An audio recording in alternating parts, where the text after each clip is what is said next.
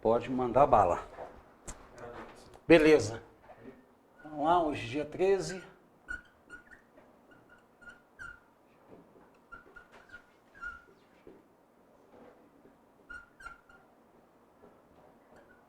Boa noite, pessoal. Boa noite, boa noite. Boa noite para todo mundo. Maravilha. Pessoal, nós vamos fazer o seguinte. Hoje a gente ficou pelo apresentar o último domínio, Pampa, né, pessoal? E antes mesmo de apresentar isso, eu já vou fazer logo aqui, pessoal, mostrar o livro para vocês, que foi uma demanda de vocês. Então já vamos lá, né, pessoal? A FOG de vocês, ela já saiu. Saiu sem novidade, né, pessoal? Acho que a única grande novidade foi a bibliografia. Um livro só. Geralmente ela traz 3, né, pessoal? Acho que já chegou até 4, 5 livros. E esse ano achei estranho também, né? Quer dizer, um livro só. Mas enfim, isso não importa. E aí eu já vou rapidamente comentar isso com vocês. E aí, inclusive, eu vou combinar aqui, pessoal, um esquema com vocês que é o seguinte. Deixa eu ver se é esse. Não. É aqui. Tá aqui, achei. Deixa eu só pegar aqui a FOG, pessoal. Que eu vou fazer o seguinte. Eu disponibilizei a lista de exercícios para vocês da parte física, clima, hidrografia, relevo e estrutura geológica. Eu ia até fazer esses exercícios com vocês, só que eu achei melhor o seguinte, pessoal. Eu disponibilizo para vocês fazem essa lista e a gente tira alguma eventual dúvida na semana que vem. Por quê? Porque a gente ganha um pouco de tempo com isso. Tá? O que for dúvida, um termo, alguma coisa, a gente vai direto. Por quê? Porque lá mais pro final do curso a gente vai ter um momento só de resolução de exercícios. Aí eu pego e resolvo esses exercícios com vocês. Mas nesse momento agora também, para a gente sair da parte física, né, pessoal? E a gente pegar e ir para a parte humana, aí eu achei legal disponibilizar. Tem o gabarito, ao final. Tem uma questão, pessoal, que quando você vai lá no PowerPoint, eu fiz em PowerPoint, tá? Quando você vai passar, aparece um xzinho lá marcando o gabarito. Mas ignora aquilo, aquele x sobrou ali e aí não deu tempo de eu tirar. Tá bom, pessoal? Mas o gabarito das duas listas está ao final da lista. Aí você faz, tenta, tal, aí lá no final você pega e confere. Na próxima aula a gente tira dúvida. Hoje, pessoal, a gente não tem... Eu lembrei aqui, Araújo, eu já tinha até comentado, a gente não vai falar de Mares de Morro não, o que ficou faltando, certeza absoluta, foi o Pampa, tá? As steppes, a região do Pampa foi o que ficou faltando. A gente vai falar dela aqui agora, tá? Antes eu só vou, pessoal, só comentar rapidamente com vocês isso aqui, ó, a FOG, todo mundo com a FOG aí, pessoal? Bonitinho? Gente, olha lá, Geografia do Brasil. Pessoal, sem novidades. Tá? O drama continua, que é o B último, que ele coloca só como um subitem, e isso pode enganar, porque isso aí tá toda a parte que a gente estudou até agora, toda a parte física, então cuidado com isso, tá? Olha lá, ó, eixo 1, produção e território, já falamos de algumas coisas sobre isso, na parte agora de indústria, a gente fala mais, na parte de agrária a gente completa. Número 2, tá, pessoal? O eixo 2, gente... Isso aqui a gente já falou quase tudo. O que está faltando aqui? Impactos de urbanização e impactos da agricultura. Obviamente a gente vai tratar disso quando tratar da urbanização e quando tratar da agricultura, tá? Meio ambiente e urbanização, questões e problemas. Meio ambiente do espaço geográfico brasileiro nós já falamos. A urbanização a gente vai falar depois de indústria, tá, pessoal? Impactos da agropecuária na dinâmica ambiental. Aí agrária. A gente fala de agrária depois de urbana. Indústria, agrária, urbana.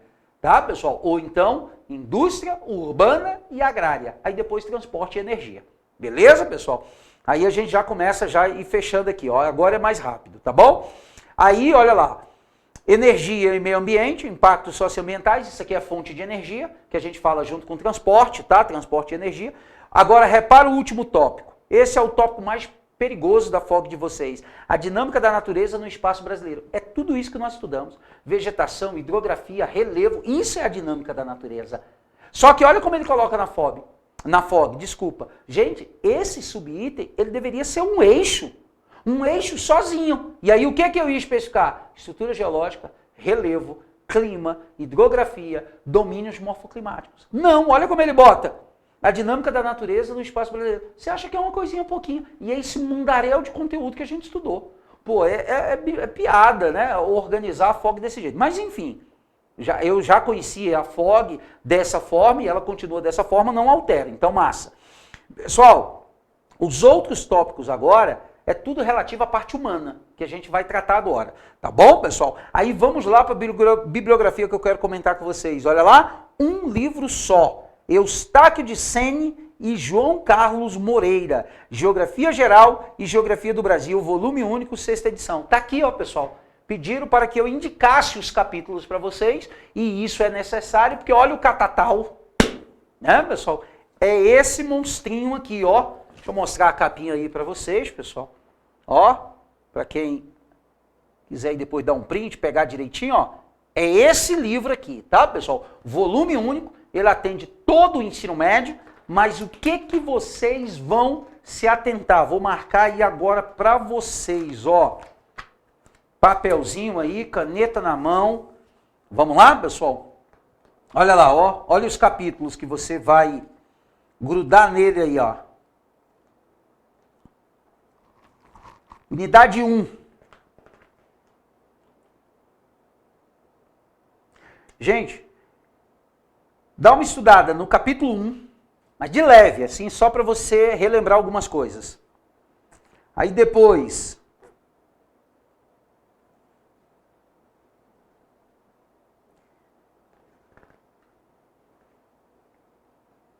capítulo 5 e capítulo 6, vou anotar, hein?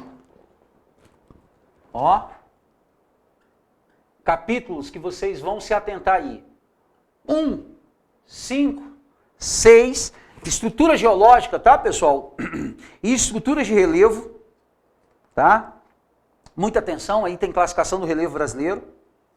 Gente, recomendo também capítulo 7, solos, não deixa passar batido.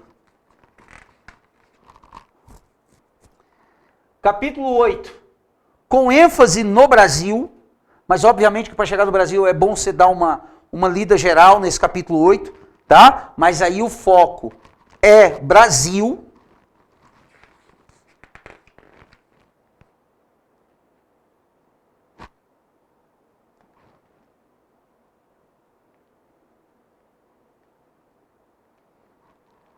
Nove, clima. 8 e 9, clima, tá, pessoal?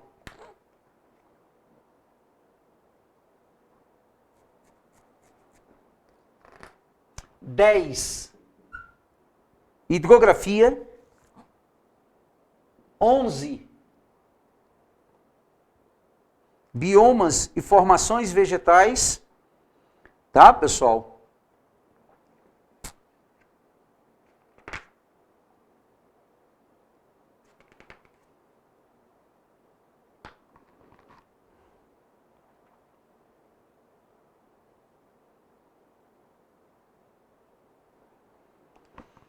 Aí a gente pula.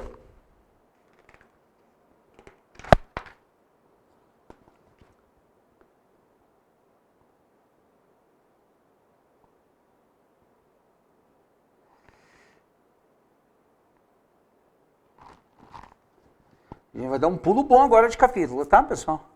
24, industrialização do Brasil, que é o que a gente começa hoje. 25, abertura econômica pós-neoliberalismo, plano Collor, tá, pessoal? Isso aqui.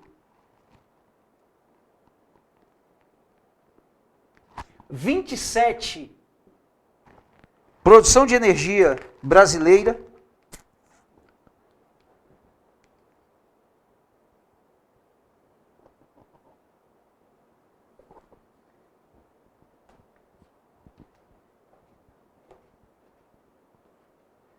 Só confirmar aqui, tá, pessoal? Um detalhe aqui. Se essa população que ele botou aqui, ele não especificou se é mundial ou se é Brasil.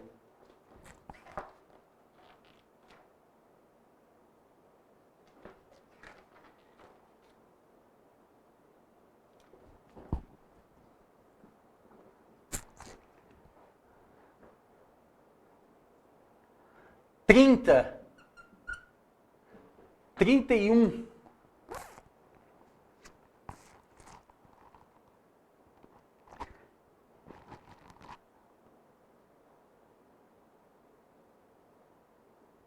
33,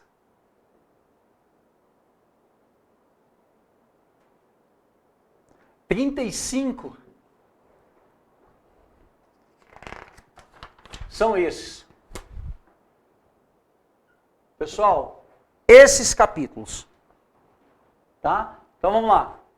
1, 2, 3, 4, 5, 6, 7, 8, 9, 10, 11, 12, 13, 14, 15 capítulos. Dos 35, pessoal, capítulos do livro, vocês vão se atentar a estes capítulos aqui. Tranquilo ou não? Beleza, pessoal? Sossegado? Então, maravilha.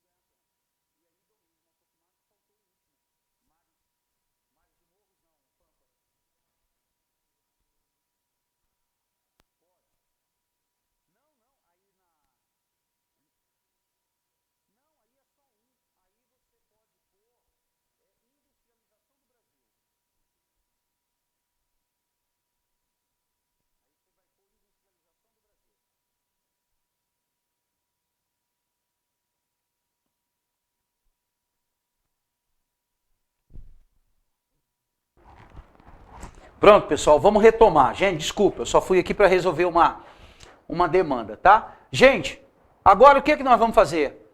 Cara, pô, um livro só. Então você vai grudar nesses capítulos que eu estou te indicando. Aí está toda a FOG de vocês, gente. Tudo que a FOG pede está nesses capítulos aí. Clima, solo, fenômenos climáticos, vegetação, tudo isso aí a gente já estudou alguns. Hidrografia. Então, muitos desses capítulos nós já matamos. Nós vamos matar os outros agora. Tranquilo, pessoal? Inclusive, aí eu vou planejar isso hoje. Vocês vão fazer esses exercícios. Próxima aula eu tiro dúvida, eu vou na questão, trago os exercícios, vocês vão falar, professor, a questão tal, professor, isso aqui não entendi, porque daí a gente vai otimizar tempo. Lá pro final a gente vai ficar fazendo exercício mesmo. Agora, pessoal, a gente já começa a parte humana, tá? A gente já vai começar de industrialização do Brasil, pessoal. Importantíssimo a gente passar logo para essa parte humana, tá? Gente, eu acho que já deu para todo mundo registrar, eu vou apagar aqui, tá? Só que antes de começar a industrialização, para não misturar as coisas, vamos falar do domínio que ficou faltando, tá, pessoal? Domínio dos pampas. Então vamos lá. Deixa eu fechar aqui, porque eu já estava aqui com o exercício, pessoal, no jeito. Bom? Mas não. Ainda não, vou pôr aqui. Aí enquanto é isso, vamos lá, ó. Domínio dos pampas.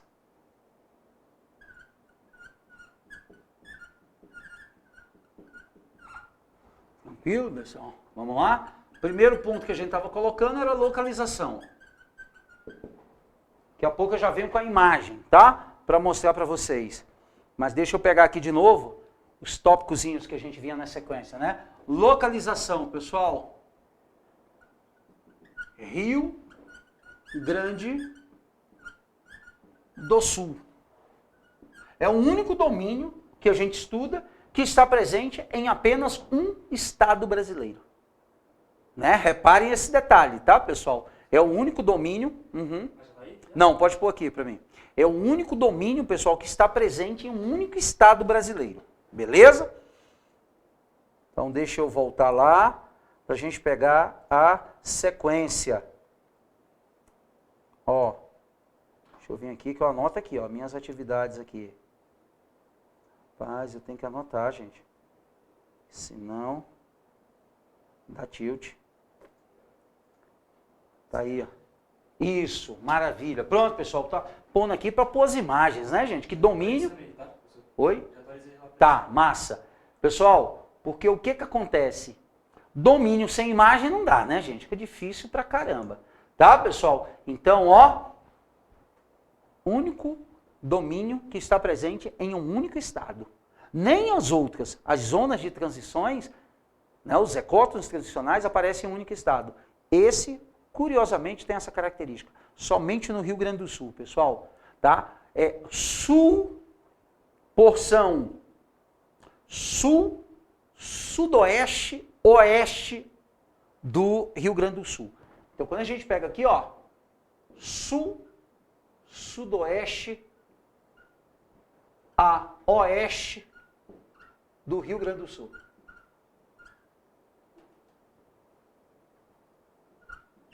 Tá? Essa é a localização do domínio. Beleza, pessoal? Vamos que vamos para a gente ver as imagens, hein? Clima, moleza. Ah, pessoal, domínio climático de toda a região sul, subtropical. Já falamos sobre isso. Vamos ganhar tempo. Subtropical, tá, pessoal? Úmido. Chove, né? Bacana. Chuvinha bacana, sossegado, mais frio. Vegetação, vamos colocar agora, tá, pessoal? Hidrografia. Hidrografia, pequenos cursos, tá, pessoal? Perenes. Beleza? E aí, obviamente, a gente tem na fronteira com os outros países, tá, pessoal? Especialmente com a Argentina, aí a gente tem, pô, a bacia do Rio da Prata. Aí é um rio, pô, é a bacia do Rio Paraná, hein? Se junta com o Uruguai, com o Paraguai, formando a bacia do Rio da Prata. Então, cuidado, que aí, nesse caso, a gente está falando de um rio de grandíssimo porte. Mas, pela parte do território do Rio Grande do Sul, são, a maioria, pequenos cursos d'água, tá, pessoal? Médios cursos d'água, perenes, que correm o ano inteiro, porque o clima é subtropical, úmido, frio, porém, né, pessoal, com índice pluviométrico bem interessante. Relevo. Gente, o relevo aqui, predomínio total das chamadas coxilhas. Tá, pessoal? Coxilhas. Aí a gente tem que ver o que é isso, né, gente? Tá? Se eu não ver o que são essas coxilhas, aí a coisa fica bastante complicada. Deixa eu colocar aqui para vocês, ó. Aí. Tá, eu tô aí, tô. Ó. Deixa eu aumentar esse negócio aqui. Maravilha. Olha aí, pessoal, a localização, né, ó, extremo sul do território brasileiro, presente somente no Rio Grande do Sul, tá? Porção sul, sudoeste, oeste do território sul-rio-grandense, tá, pessoal? São as pradarias ou o domínio dos pampas, tá, pessoal? Inclusive, eu até esqueci de colocar aqui para vocês, ó, domínio dos pampas, tá? Ou também das pradarias. Ou ainda, pessoal, estepes. Estepes. E aí os estepes, é estepe mesmo, né, pessoal? De pisar, né? Porque a vegetação é herbácea graminosa. Tranquilo? Mas vamos ver aqui, olha aí, pessoal. Ó, olha aí o que são as coxilhas. Olha essa fotinha aí de baixo, pessoal. Olha o tipo de vegetação que predomina. Tem árvores, tem árvores. Tem arvoretas, tem arvoretas. Mas o predomínio é de quê? Herbáceas e graminosas. Tá, pessoal? E esse relevo aí, pessoal, é que são as coxilhas. São esses, né, suaves morros, né, pessoal? São as chamadas coxilhas subtropicais, tá, pessoal? Coxilhas ou coxilhas subtropicais. Essa é a paisagem que domina, que historicamente né, pessoal, recebeu o gado, principalmente o rebanho paulista, que adentrou o território em busca, né, de boas condições para abrigar o rebanho que se desenvolvia. E as melhores condições encontradas no sul do Brasil foi justamente aí na região dos Pampas. Daí uma tradição, né, pessoal, muito grande com essa questão, né, da montaria, do gado bovino, do gado equino também, né, pessoal, das tropas, né, que levavam parte dessa produção de volta para a faixa litorânea, para São Paulo, tudo isso, né, pessoal? Então tá aí um pouco o porquê dessa atividade econômica ter se concentrado nessa região. Uma região altamente, né, pessoal, úmida e de pastagem natural e água para o gado poder sobreviver e sobreviver bem, né, pessoal? Tranquilo? Beleza? Então tá aí esse aspecto aí das coxilhas, tá, pessoal? Ou coxilhas subtropicais. Aí a gente já comentou dessa localização. Deixa eu voltar aqui para as outras características. Deixa eu ver aqui. Aí, pessoal, vamos seguir. Gente, então o relevo, tá? Predominado pela formação das coxilhas, e aí a gente vai para a vegetação.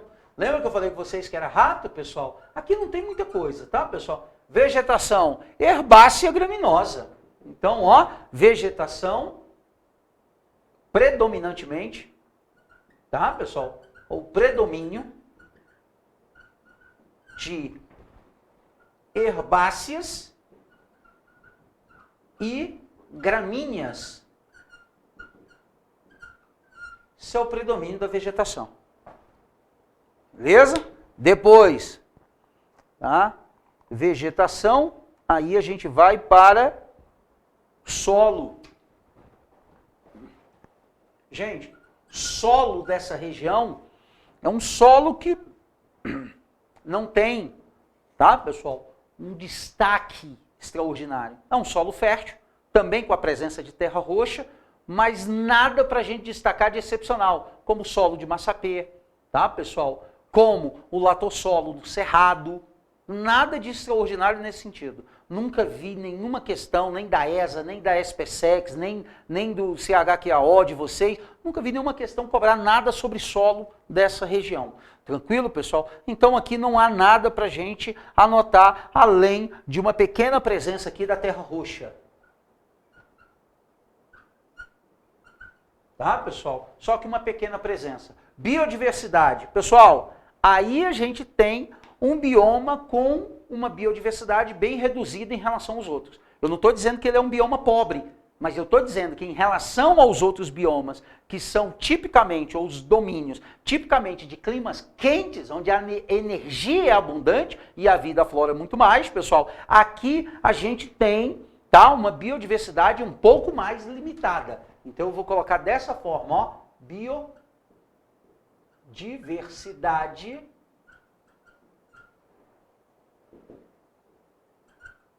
mais limitada. E com isso eu não estou dizendo que a biodiversidade é pobre. Não é uma biodiversidade baixa. É uma biodiversidade um pouco mais limitada em relação aos demais domínios morfoclimáticos que nós estudamos. Tá bom? Meninos, com isso, pessoal, acabou. Pampas, pradarias, aqui, as coxilhas subtropicais, ou as estepes, não tem mais nada que a gente destacar. Qual é a única grande recomendação que eu faço para vocês a nível de cobrança? Lógico que vocês vão ler, vão estudar. Mas, gente, a presença do rebanho bovino historicamente nessa região. Uma região altamente, pessoal, né, interessante para a criação do gado bovino. Especialmente aquela criação mais extensiva, o gado criado solto nesses amplos pastos, essa região de pastagem muito ampla. Tranquilo, pessoal? Beleza? Então é o que eu chamo a atenção de vocês. Outra coisa que eu chamo muita atenção, cuidado só com essa expressão, as coxilhas, às vezes aparece, as pessoas ficam um pouco, vamos dizer, pessoal, assim, confusas, tal. Coxilhas, pampas, estepes, pradarias, são aqueles pequenos morros muito suaves, bem menos, tá? Íngreme, ela é bem mais suave do que a região dos mares de morros. Tranquilo, pessoal? Com isso, nós falamos de todos os domínios morfoclimáticos. Só para que vocês tenham uma noção, gente, Deixa eu mostrar aqui para vocês, ó, para a gente ir para a indústria, tá bom? Deixa eu mostrar aqui para vocês já o capítulo onde estão essas partes aqui que nós falamos, ó, basicamente. Gente, estrutura geológica, ih, eu apaguei, não, então não vou nem falar, capítulo 5, capítulo 6, capítulo 7, capítulo 8, capítulo 9, capítulo 10, capítulo 11, tudo isso a gente já estudou, hein? Vocês estão vendo como, pô, é sacanagem aquele negócio da FOG? Botou lá como um tópicozinho. Mas é tudo isso aqui, pô. Ó, capítulo 5, 6, 7, 8, 9, capítulo 10, capítulo 11, pessoal. Tá tudo aqui, pô. Olha o tanto de capítulo que a gente já estudou. Aí deixa eu ver se tem mais algum. Esse, inclusive, que nós estamos terminando, tá, pessoal? Tá aí no capítulo 11. Tá lá no capítulo 11, página 173. Na verdade, eles já vão aparecer na 182. Deixa eu ver se tem mais algum capítulo aqui que a gente já estudou. Algumas coisas do capítulo 27, mas vamos falar mais dele. Não, foi isso. Tá? Beleza. 182. Deixa eu só verificar já aqui para vocês, hein? Deixar o esquema aqui no jeito. Gente, página 182. Olha aqui que bonitinho no livro, ó. Tá tudo aí, ó.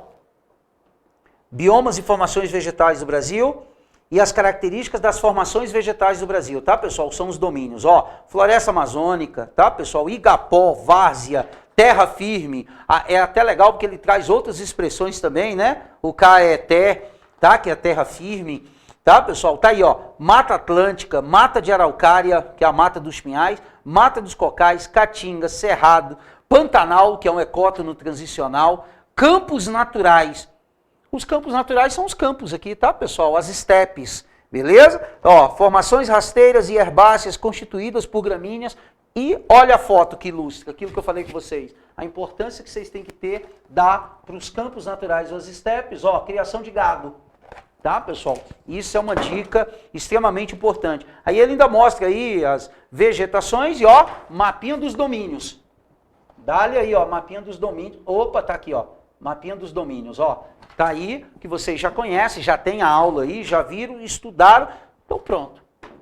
Tá? Todos esses capítulos aí já estão muito bem calçados, tá, pessoal? Vocês vão ver que vocês, olhando aí no livro, estudando esse capítulo, vocês não vão ter dificuldade com isso aí. Tranquilo, pessoal? Vamos apagar, gente, para a gente ir para a indústria? Aí, próxima aula, a gente comenta alguma eventual questão. Posso? Deixa eu sair da frente para alguém registrar, se for o caso, congelar a tela, tirar um print. Pronto, tá aqui.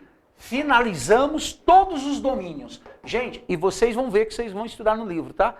Eu fui muito para além do que está no livro, tá? Fomos para questões mais técnicas, mas detalhe, é porque eu vejo já em algumas provas de vocês cobrarem além, muitas vezes, do que simplesmente está aqui no livro, tá, pessoal? Então, por isso que eu dou um avançado um pouco mais.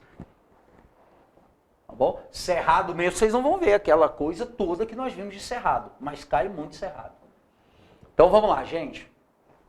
Parte humana, a gente começa pela industrialização do Brasil. Assunto bom, pessoal. Assunto gostoso, rapaz. Vocês vão ver, gente, que maravilha que é a industrialização do Brasil. E aí eu já vou dar aqui para vocês, pessoal, a segunda grande dica que eu posso passar para os meus estudantes. A primeira, desenvolver noção espacial. Bicho, você já viu o tanto de mapa que tem para você fazer, para você desenhar no mapa mudo com os estados brasileiros? Território, características físicas, tal, um monte de coisa, pontos extremos, limites, tal, as partes que constituem o território, tu pode desenhar tudo isso. Domínios morfoclimáticos, clima, solo, caramba. Ó, sua noção espacial já tem que estar porreta. Agora, você vai aprender tudo de indústria. Cara, pega o capítulo de indústria, aprende tudo que tu puder. Pega a aula de indústria, aprende tudo que tu puder. Por quê? Porque a indústria vai te levar para todos os outros grandes assuntos que nós vamos começar. Indústria provocou a urbanização. Pronto, é um tópico. A urbanização veio por meio da diversificação da agricultura e do esvaziamento do campo. É no processo de industrialização, pessoal, que ocorre a crise do café. A crise do café faz com que se invista mais em outras atividades agrícolas, vai diversificar a agricultura brasileira. Mas, ao mesmo tempo, a industrialização arrasta a população para as cidades. Então, provoca o esvaziamento do campo. Urbana e agrária, eu já tenho uma noção quando eu trabalho bem em industrialização. A industrialização do Brasil vai determinar a nossa matriz energética e a nossa matriz de transporte. Pronto, mais 2 grandes temas. Pessoal, quando a gente provoca a urbanização, eu tiro a população do campo e eu boto na cidade. E essa população na cidade vai se comportar estatisticamente muito diferente. O número de filhos vai cair, a mortalidade vai cair, a mortalidade infantil vai cair. O que é isso? Demografia, população, outro tópico da FOG. E, obviamente, pessoal, que tudo isso vai acontecer com intensos fluxos migratórios. A população vai se mover pelo país. Fluxos migratórios, está aí na FOG de vocês. Gente, industrialização me leva para todos os outros assuntos. E é por isso que eu começo a parte humana por industrialização. Ela te dá a base para os demais. Tá bom, pessoal? Beleza ou não? Tranquilo? Então, vamos que vamos. Maravilha, hein? Ó, industrialização do Brasil.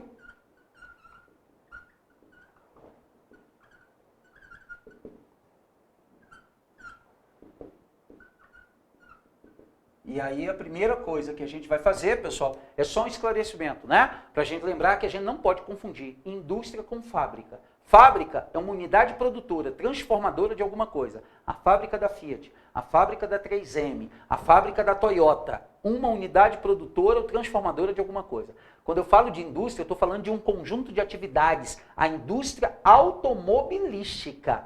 Aí eu estou falando da Toyota. Mas eu também estou falando da Chevrolet, estou falando da Fiat, estou falando da Hyundai, estou falando da Mitsubishi, estou falando da Honda. Então, quando eu falo de indústria, nós estamos falando de conjunto. A industrialização do Brasil, a formação desses grandes conjuntos industriais do Brasil. E lembrar que o termo indústria também pode ser utilizado, tá, pessoal, de uma forma um pouco mais livre, no sentido de que conjunto de determinadas atividades. Como, por exemplo, quando a gente fala assim, ó, a indústria cultural de Goiás. A indústria cultural, não há unidades produtoras de criação de cultura, mas há um conjunto de atividades por trás da produção cultural do Brasil. Eu pego esse conjunto de atividades e chamo de indústria cultural. Tá, pessoal? Cuidado com a utilização desse termo de indústria. Aqui a gente está falando de atividade industrial, transformadora. Não necessariamente, mas boa parte dela sim. Tá bom? Beleza, pessoal? Por onde que nós vamos começar? Primeiro e grande ponto aqui, reconhecer que a indústria é o setor secundário da economia. Então, ó, pessoal, só para a gente retomar, setores da economia. Tá? Quais são esses setores? O setor primário,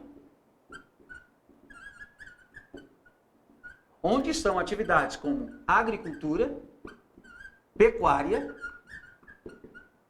e extrativismo.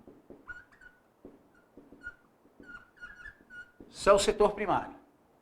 Setor secundário da economia. É o quê? A indústria. Primeiro a produção de matéria-prima, depois a transformação da matéria-prima. Depois em segundo, o setor secundário é a indústria. A indústria toda forma o setor secundário, tá? Um setor muito amplo, extremamente complexo e muito importante. Depois, meninos, nós vamos ter o quê? O setor terciário. E o setor terciário é formado principalmente pelas atividades do comércio e serviços. Tá, gente? Só para a gente relembrar isso aqui, tá? Quando eu falo de um país de base econômica primária, tá aqui. De base econômica secundária, tá aqui. E aí vai. Professor, como é que é mais ou menos isso aqui no Brasil? Olha como a gente cria, pessoal, muitas vezes uma visão, né? Lógico que isso muda de ano para ano, mas na média do nosso país, setor primário, tá, pessoal? 10% do PIB. Eu falo 10 e escrevo 70. Só para você ver o nível, né, do indivíduo já hora dessa da noite. 10% do PIB. Do PIB, tá, pessoal? O Produto Interno Bruto. Setor secundário, na casa de 20. Tranquilo? 18. 20. E o setor terciário, 70% da riqueza nacional.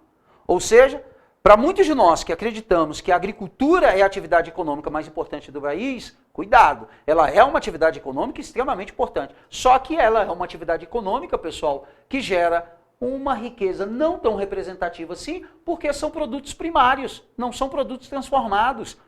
A gente basicamente exporta in natura, soja in natura, laranja in natura ou o sumo, né? o processamento ali, café em grão. A gente não exporta a cápsula do café, que aliás é 100 vezes mais cara. Quem faz isso é a Suíça.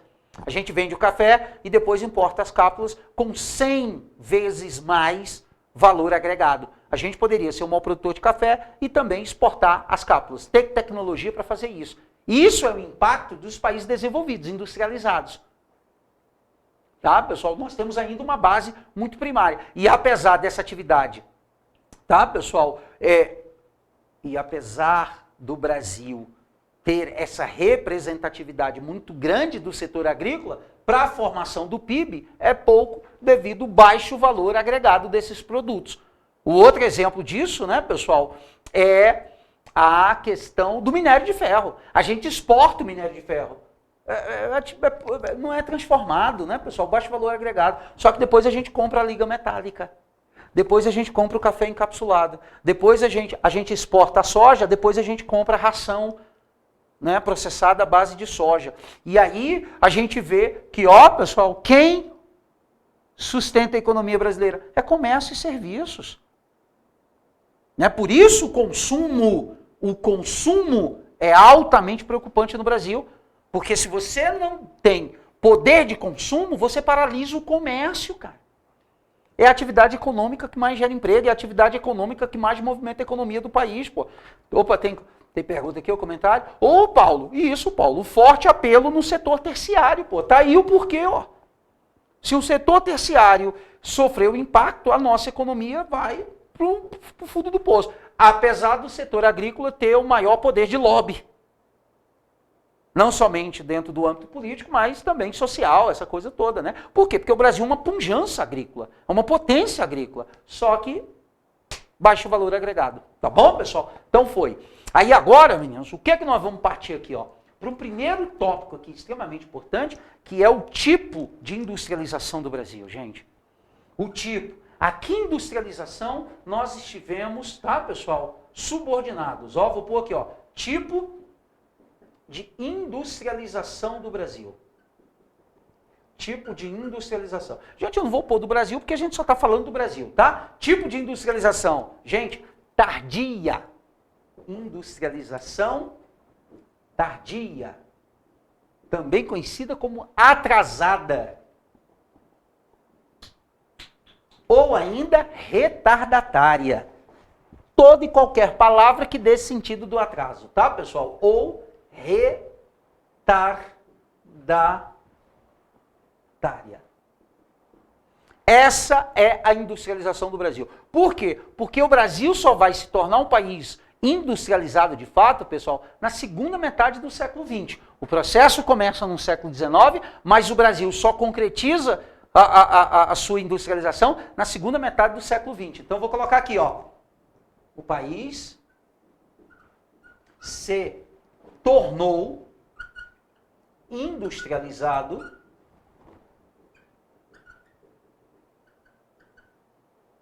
na segunda metade do século XX. Por isso ela é tardia. E aí, gente, a gente tem que lembrar o seguinte, hein?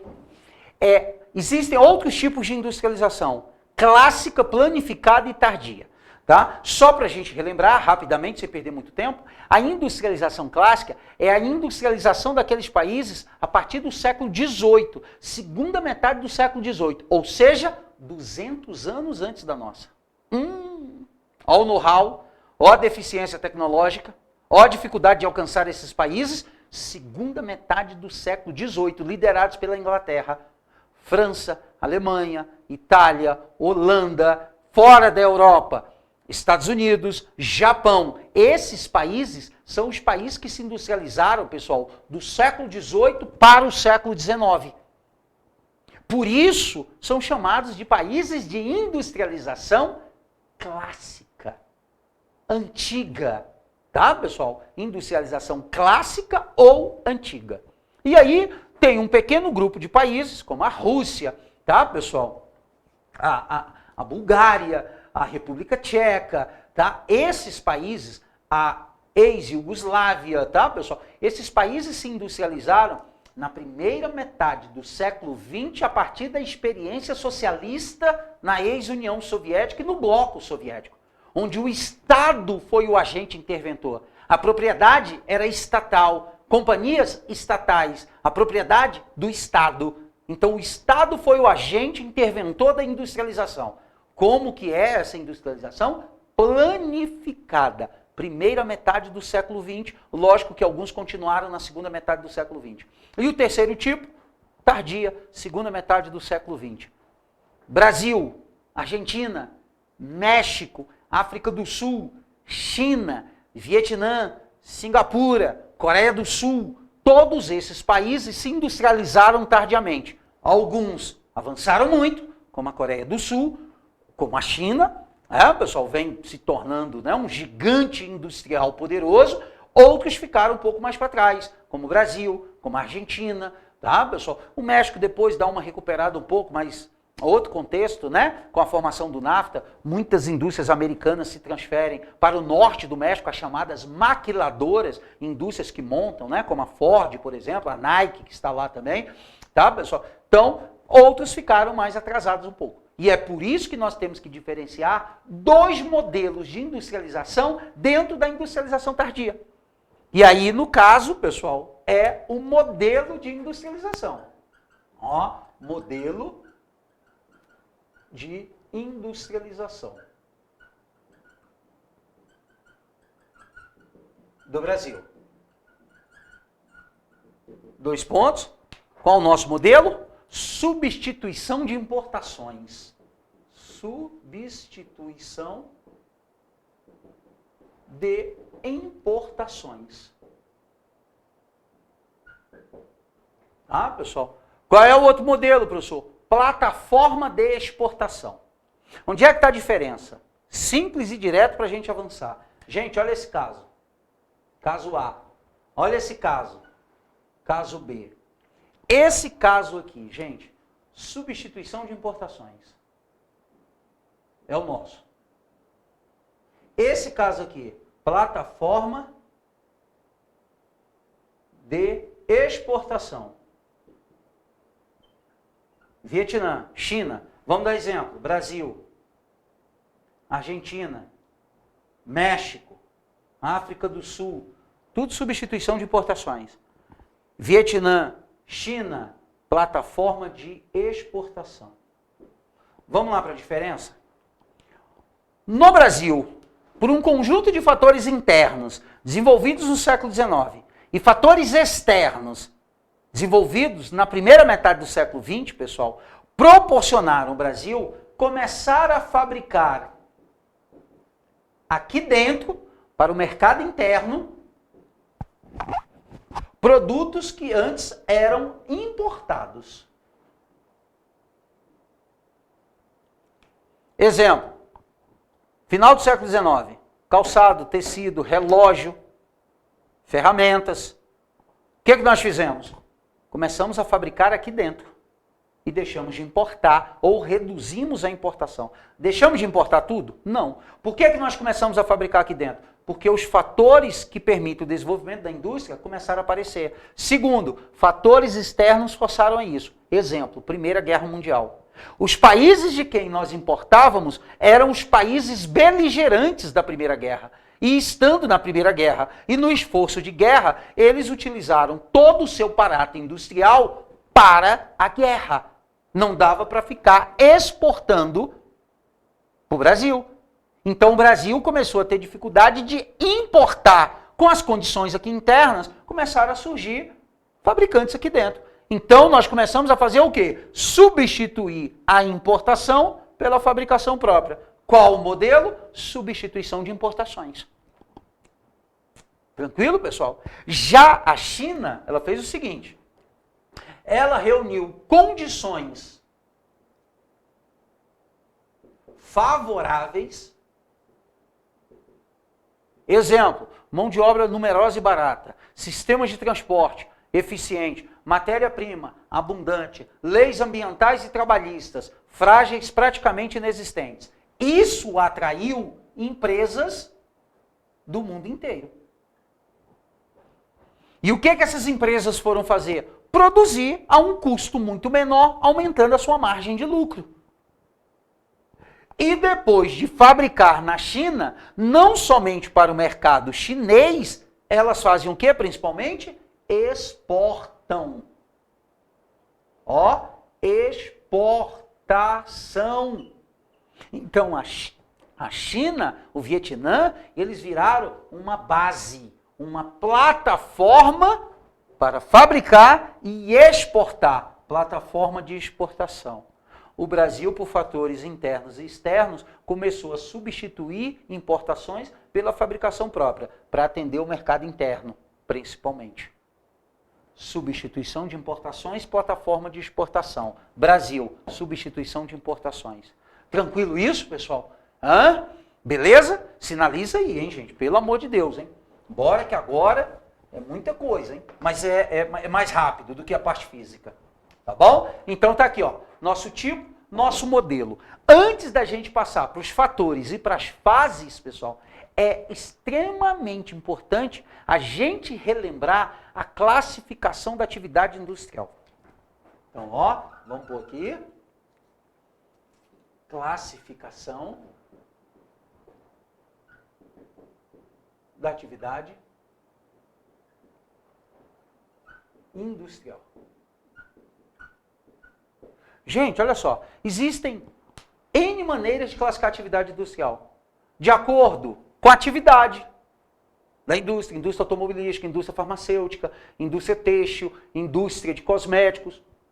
Eu posso classificar, pessoal, de várias maneiras.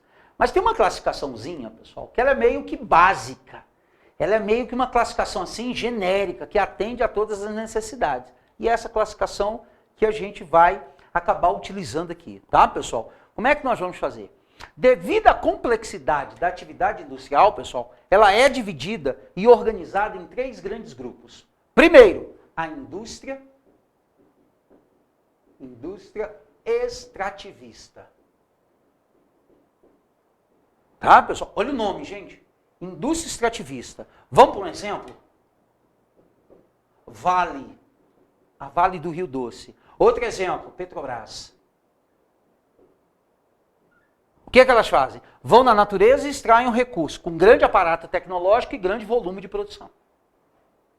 Aí, eu tenho que ter um cuidado para não confundir indústria extrativista com o extrativismo. Extrativismo é setor primário da economia. Aqui nós estamos falando de indústria, que é setor secundário da economia. Eu não posso confundir.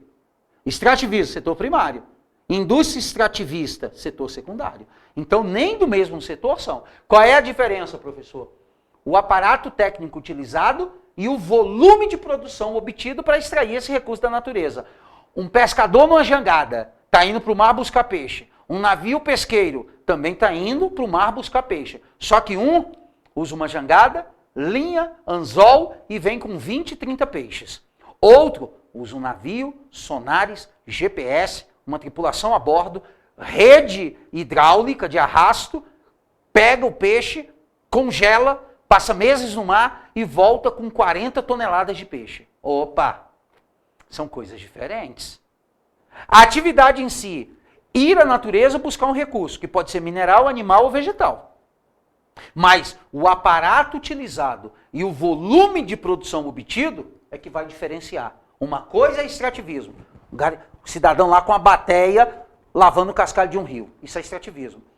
Indústria extrativista. Uma mina da Vale, 5 quilômetros de diâmetro, 1 quilômetro de profundidade, retroescavadeiras, técnicos, geólogos, engenheiros de minas, explosivos, sistemas computacionais e ao final do mês 20 toneladas de ouro. Opa! O aparato utilizado e o volume obtido são completamente diferentes. Essa é a diferença e está aqui o primeiro grande grupo industrial que nós temos. Tá bom, pessoal? A indústria extrativista. Segundo, agora a indústria de transformação vai pegar a matéria-prima daqui, vai pegar a matéria-prima do setor primário e vai transformar. Por isso ela é chamada de indústria de transformação. Bom, pessoal? Só que a indústria de transformação pode transformar em níveis diferentes a matéria-prima. Tá, pessoal? Exemplo. Matéria-prima bruta em matéria-prima processada.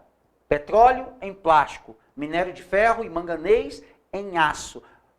Madeiras, celulose em papel, papelão.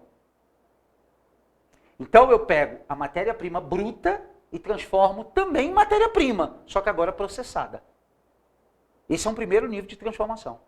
Depois, eu pego essa matéria-prima processada e transformo em máquinas e equipamentos para outras indústrias e outros setores. Exemplo, um trator, um guindaste, um gerador, uma turbina,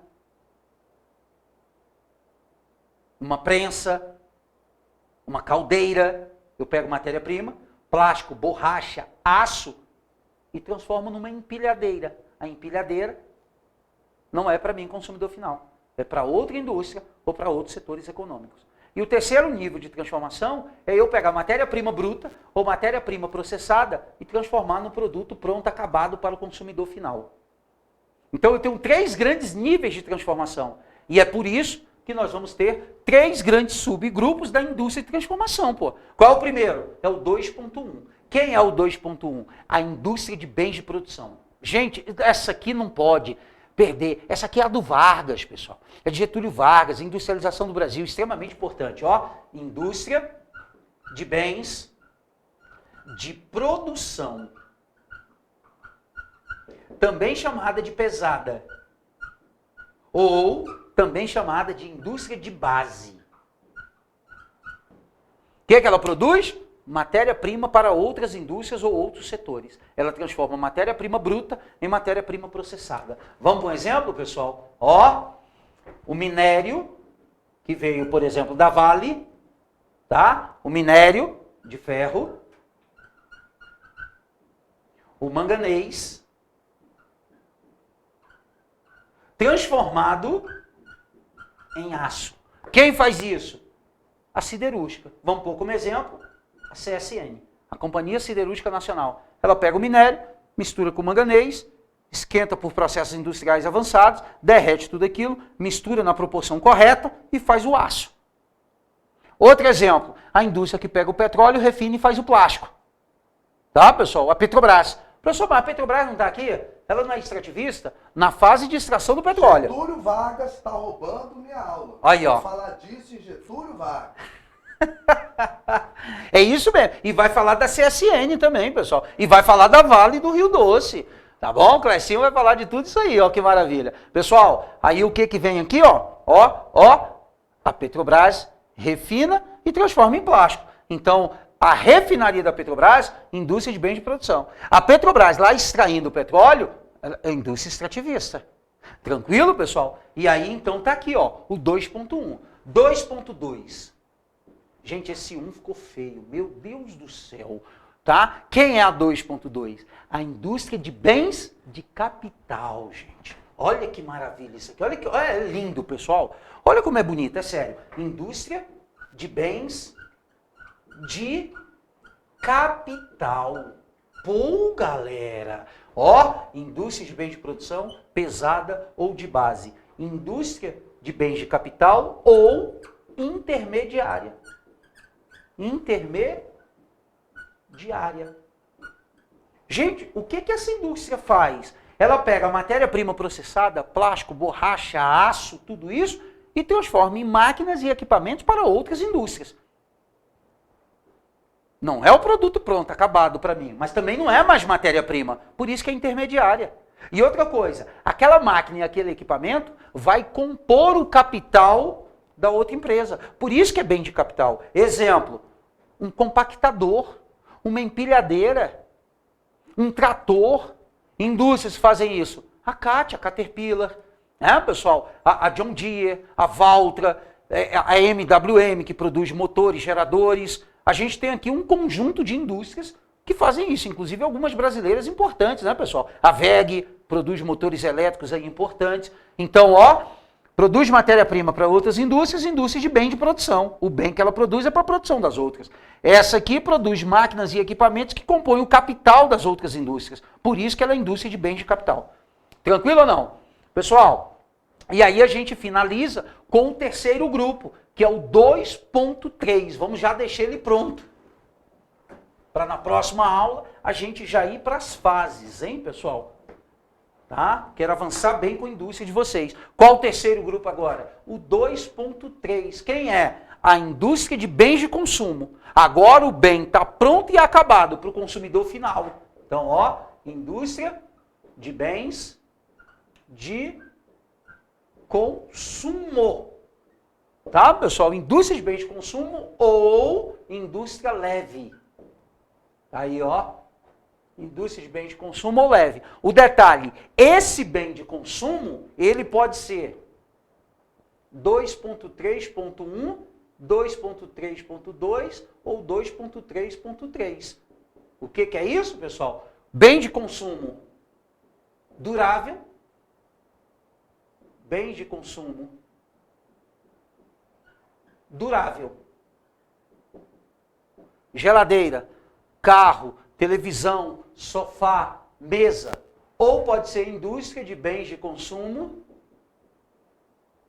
não durável. Não durável.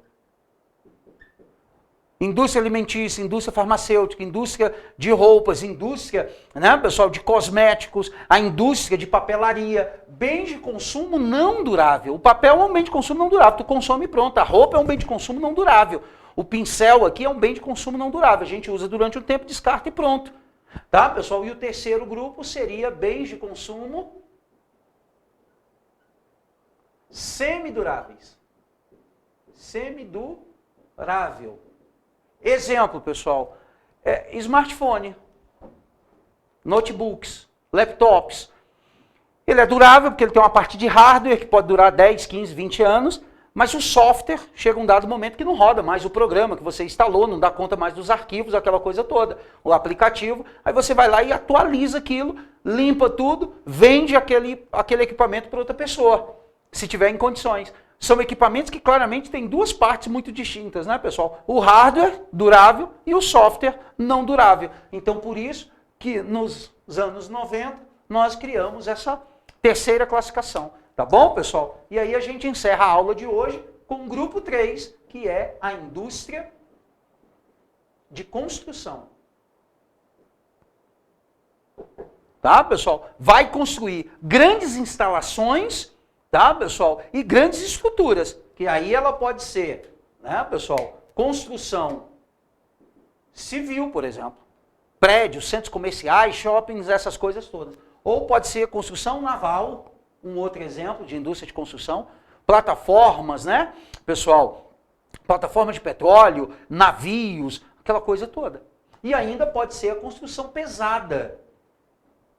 Tá, pessoal? A construção pesada. O que é isso? Construção de ferrovia, de rodovias, de estádio de futebol, de aeroporto, de metrô, grandes infraestruturas. Então, o terceiro grupo está aí, a gente encerra, tá, pessoal? Essa revisão rápida de classificação da atividade industrial. Grupo 1, extrativista. Grupo 2, transformação. Grupo 3, construção. Só cuidado com o grupo 2, transformação. Pode ser bens de consumo de produção, bens de capital e bens de consumo. Beleza? Para a produção de outras, para a formação do capital de outras indústrias e para o consumo do consumidor final nosso. Beleza? Gente, próxima aula a gente vem já com o desenvolvimento da indústria no Brasil. Maravilha? Valeu, beleza, brigadão, show de bola, pessoal. Valeu!